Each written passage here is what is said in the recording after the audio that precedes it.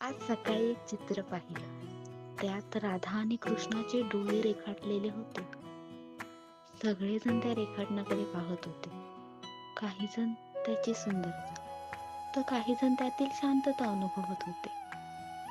पण एक मुलगी मात्र त्या डोळ्यांकडे पाहून हसत होती. मी विचारलं, काय ग, हसतेस का? तर त्यावर ती म्हणाली, मी कृष्णाशी बोलते. मी थोडं चकित होत म्हणाले, अगं, पण ते तर रेखाटन आहे ना? तर ती हसत म्हणाली, हो ग.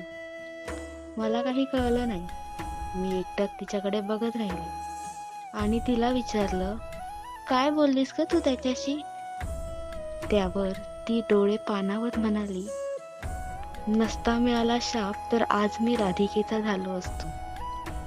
नसता मिळाला शाप तर आज मी राधिकेचा झालो असतो.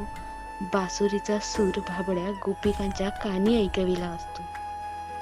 मान्य आहे राधिका ही खूप चुरली माझ्यासाठी. मान्य आहे राधिका ही खूप चुरली माझ्यासाठी. पण बघ ना प्रेमामा दोघांचं. पाहताच राधिका माझ्याकडे माझ्या पाणावलेल्या डोळ्यातील आसवांना सुद्धा तिथेच निवारा मिळतो. पाहताच राधिका माझ्याकडे माझ्या पाणावलेल्या डोळ्यांतील आसवांना सुद्धा तिथेच निवारा मिळतो.